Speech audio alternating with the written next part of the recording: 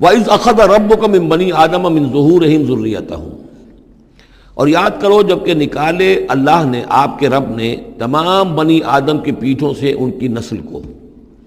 اب یہ کہ یہ اصل میں تو معاملہ ہو رہا ہے عالم الارواح میں، جبکہ ابھی جسد پیدا ہی نہیں ہوئے تھے، لیکن دو ہی شکلیں ہو سکتی تھی، یا تو لوگوں کو یہ ساری بات پہلے بتائی گئی ہوتی، عالم ارواح ہے، پہلی تخلیق یہ ہے، دوسری تخلیق یہ ہے، عالم ارواح میں یہ قول و قرار دیا گیا۔ عرب کے جو اولین مخاطب تھے حضور صلی اللہ علیہ وسلم کے اور قرآن کے، چونکہ ان کے لیے یہ چیزیں ان کی اس وقت کی استعداد کے اعتبار سے بھاری تھیں، قرآن مجید نے عام فہم الفاظ استعمال کیے۔ جب ہم نے نسل آدم کی تمام ان کی پیٹھوں سے ذریت کو نکال لیا، یعنی یہ کہ جتنے بھی انسان آنے والے تھے دنیا میں، ان سب کی ارواح جو ہیں وہ وہاں موجود تھیں۔ وَإِذْ أَخَذَ رَبُّكَ مِنْ بَنِي آدَمَ مِنْ ظُهُورِهِمْ ذُرِّيَّتَهُمْ وَأَشْهَدَهُمْ عَلَىٰ أَنفُسِهِمْ، اور ان کو گواہ بنایا اپنے اوپر، اچھی طرح سوچ سمجھ کر۔ اقرار جو ہوتا ہے جس کو ہم کہتے ہیں میں بقائمی ہوش و حواس یہ اقرار کر رہا ہوں، تو پوری طرح ہوش و حواس میں سیلف کانشسنس، یہ میں آپ کو بتا چکا ہوں، ہمارے اندر جو سیلف کانشسنس ہے، خود شعوری، وہ ہے ہی ہماری روح کی بنیاد پر۔ حیوانات میں بھی شعور تو ہے، کانشسنس تو ہے، سیلف کانشسنس نہیں ہے، خود شعوری نہیں ہے۔ تو یہ خود شعوری کا منبع جو ہے در حقیقت وہ روح ہے۔ تو وہ ارواح موجود تھی، انہیں اپنی ذات کا شعور تھا۔ اشہدہم علی انفسہم، انہیں اپنی ذات کے اوپر خود گواہ بنا کر پھر سوال کیا، الستو بربکم، کیا میں تمہارا رب نہیں ہوں، تمہارا مالک، تمہارا آقا؟ قالوا بلا، وہ کہیں گے کیوں نہیں، شہیدنا، ہم اس پر اقرار کرتے ہیں، ہم گواہ ہیں۔ اب یہاں نوٹ کیجئے، جیسے کہ اس سے پہلے آیا تھا سورہ مائدہ میں کہ اہل کتاب تمہارے پاس ہمارا بشیر اور نذیر آ گیا، مبادا تم یہ کہو کہ ہمارے پاس کوئی بشیر اور نذیر نہیں آیا۔ وہ گویا کہ اتمام حجت تھی اہل کتاب پر۔ سورہ انعام میں آ چکا ہے کہ مبادا تم یہ کہو کہ کتابیں تو دی گئی تھیں ہم سے پہلے دو گروہوں کو، ہم تو جانتے نہیں تھے، عبرانی زبان کی کتاب نہیں پڑھتے تھے، وہ اتمام حجت تھا بنی اسماعیل پر کہ اب تمہارے اندر ہم نے اپنا ایک رسول بھیج دیا صلی اللہ علیہ وسلم، یہ کتاب آ گئی ہے۔ اب تم یہ نہیں کہہ سکتے کہ وہ تو ہم سے پہلے دو گروہوں پر نازل کی گئی تھی، ہاں اگر ہم پر کہیں نازل کی گئی ہوتی تو ہم ان دونوں سے بڑھ کر بہت زیادہ جو ہے اس سے فائدہ اٹھاتے اور حق پر ہوتے۔ اب یہ جو گواہی ہے یہ آ رہی ہے پوری نوع انسانی، جس کے حوالے سے میں نے آپ کو بتایا تھا کہ وہ عہد کہ جو ہر روح انسانی اللہ کے ساتھ کر کے آئی ہے، کوئی نبی نہ آتا، کوئی کتاب نہ آتی، تب بھی یہ عہد بنیاد ہے مواخذہ اخروی کی، محاسبہ، accountability, the grand accountability of the day of judgement, اس کا بیسس جو ہے وہ یہ ہے، بنیادی بات یہ ہے، بنیادی حجت یہ ہے۔ نبوت سے، کتابوں سے، وحی سے یہ تو اتمام حجت ہوا ہے، اضافی شے ہے۔ اللہ نے امتحان کو اور آسان کر دیا نوع انسانی کے لیے، لیکن بنیادی حجت جس کی بنا پر ہر انسان رسپانسبل ہے، اکاؤنٹیبل ہے، وہ یہ عہد ہے۔ ان تقولوا یوم القیامت انا کنا عن ھذا غافلین، مبادا تم کہو قیامت کے دن کہ ہم تو اس سے غافل تھے۔ او تقولوا انما اشرک آباؤنا من قبل، یا تم یہ کہو، یہ پلی لے لو کہ ہمارے آباء و اجداد تھے، انہوں نے شرک کیا تھا، وَكُنَّا ذُرِّيَّةً مِّن بَعْدِهِمْ، ہم ان کے بعد ان کی نسل میں سے تھے، ہم ان کے راستے پر چلتے رہے، لہذا اصل جرم تو ان کا ہے، ہمارا نہیں۔ أَفَتُهْلِكُنَا بِمَا فَعَلَ الْمُبْطِلُونَ، تو کیا پروردگار تو ہمیں ہلاک کرے گا ان لوگوں کے فعل کی وجہ سے کہ جنہوں نے یہ باطل ایجاد کیا تھا؟ ایجاد تو انہوں نے کیا تھا، ہم تو موجد نہیں ہیں، ہم تو ان کے مقلد تھے، متبع تھے۔ وَكَذَلِكَ نُفَصِّلُ الْآيَاتِ وَلَعَلَّهُمْ يَرْجِعُونَ، اور اسی طریقے سے ہم اپنی آیات کو تفصیل سے بیان کر دیتے ہیں تاکہ وہ لوٹیں، شاید کہ وہ لوٹیں، سوچیں، غور کریں، رجوع کریں۔ اب ایک واقعہ آ رہا ہے ایک شخصیت کا، اور اس کی تمثیل کے پیرائے میں، ویسے تو یہ واقعہ ہے، یہ صرف کوئی تشبیہ نہیں ہے، لیکن یہ کہ اس کو تمثیلاً لائے ہیں۔ افراد اور اقوام کا کوئی معاملہ ایسا بھی ہوتا ہے کہ کسی قوم کو یا کسی فرد کو اللہ نے کوئی بہت اونچا مقام دیا ہو، بہت اس پر اکرام فرمایا ہو، بہت انعام کیا ہو، لیکن پھر یہ کہ وہ اپنی کسی ایک ہی خباثت کی وجہ سے اور کسی ایک بڑی غلطی جو ہے گراوٹ کی وجہ سے وہ اپنی تمام ان فضیلتوں سے محروم ہو جائے اور بالکل شیطان کا چیلا بن کر رہ جائے۔ وَاتْلُ عَلَيْهِمْ نَبَأَ الَّذِي آتَيْنَاهُ آيَاتِنَا، یہ بلعام بن باورہ، اس کی تفصیل جو ہے تورات میں ہے۔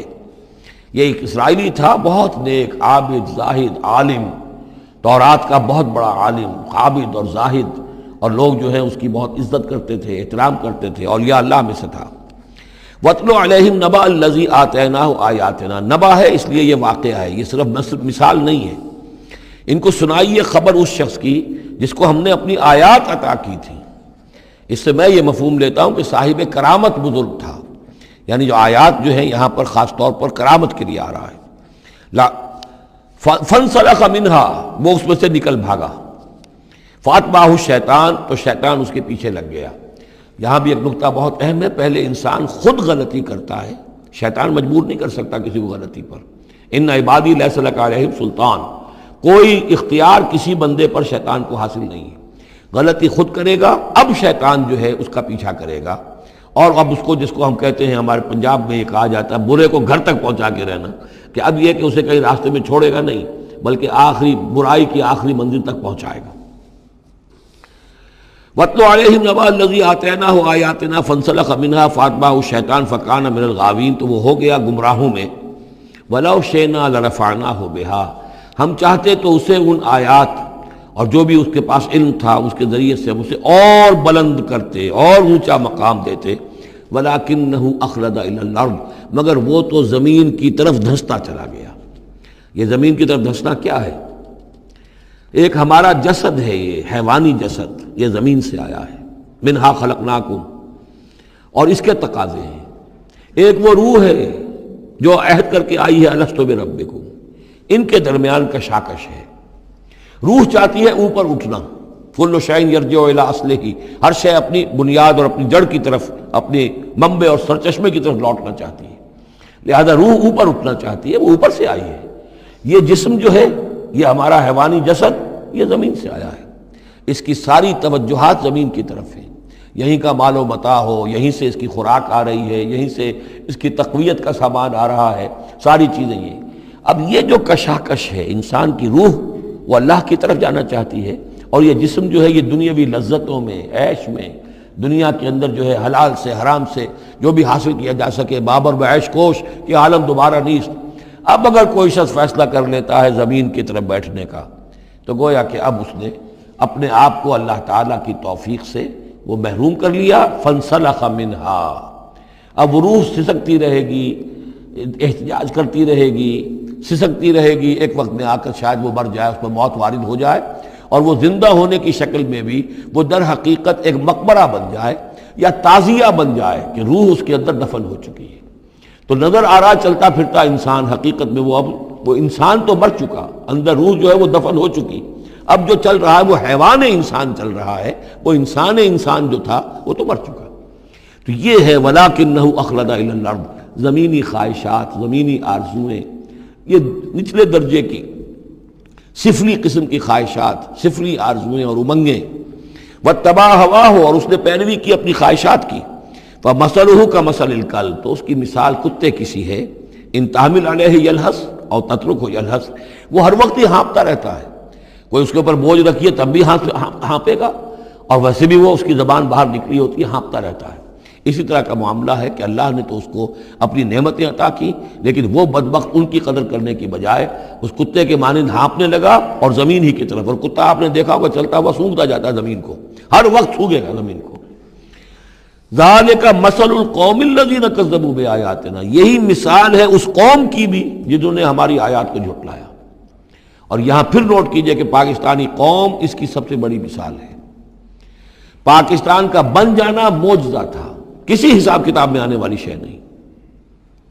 پھر پاکستان کا قائم رہ جانا معجزہ تھا، انگریزوں کو بھی اور ہندوؤں کو بھی یقین تھا کہ پاکستان قائم نہیں رہ سکتا، وائبل نہیں ہے، ختم ہو جائے، لیکن یہ کہ پاکستان قائم رہا۔ سن 65 میں اس کا بچ جانا معجزہ تھا، اتنی یقینی بات تھی کہ BBC ٹیلی ویژن کے اوپر دکھا دیا گیا فال آف لاہور، لاہور جو ہے وہ بھارتی فوج داخل ہو چکی ہے، قبضہ کر چکی ہے، اتنی یقینی بات تھی۔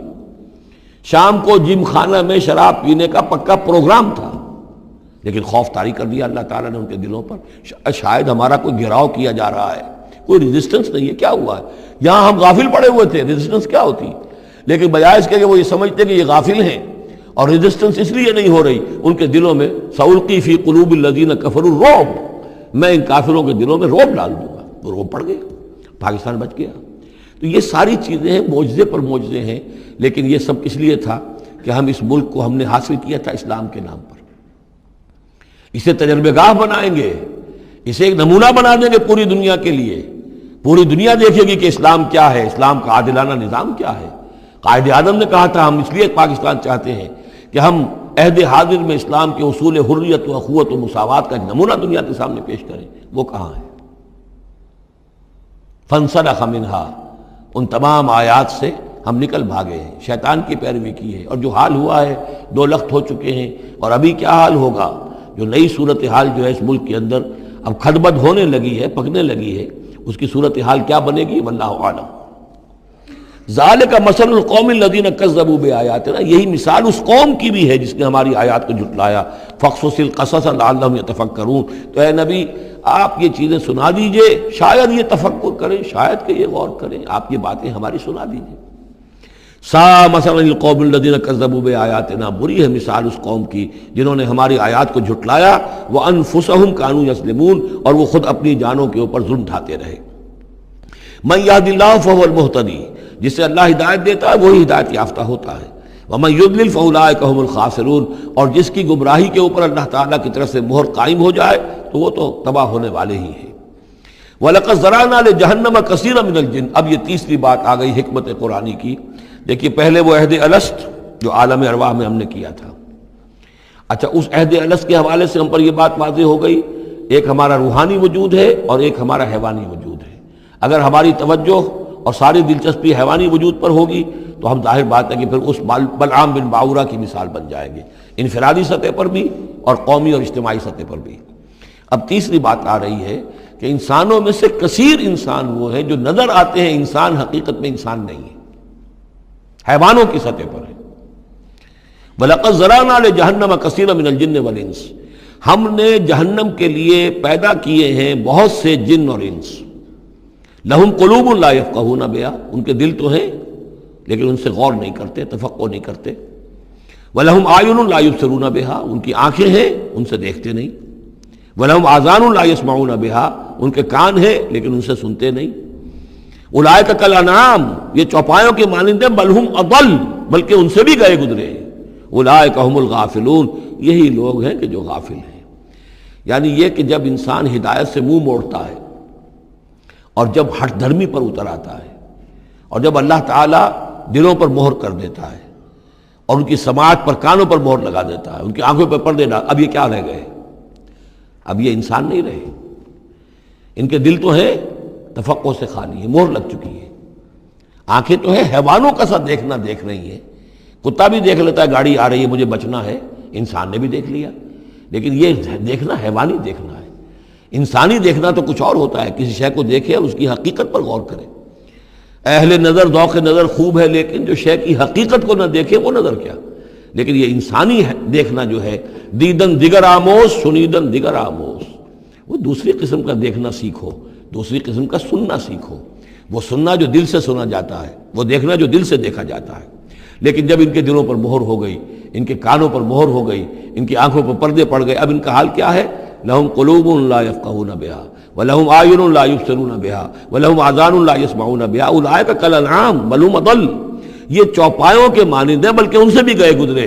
اس لیے کہ چوپایوں کو تو اللہ نے پیدا ہی اس لیول پر کیا تھا، ان کو پیدا کیا تھا بہت اونچے مقام پر۔ یہی سورۃ التین کا مضمون ہے، والتین والزیتون وطور سینین وہذا البلد الامین لقد خلقنا الانسان فی احسن تقویم ثم رددناہ اسفل سافلین، انسان پیدا کیا گیا اس بلند ترین مقام کے اوپر، مسجود ملائک، لیکن پھر جب یہ گرتا ہے تو سب سے نچلوں میں سب سے نیچے ہوتا ہے۔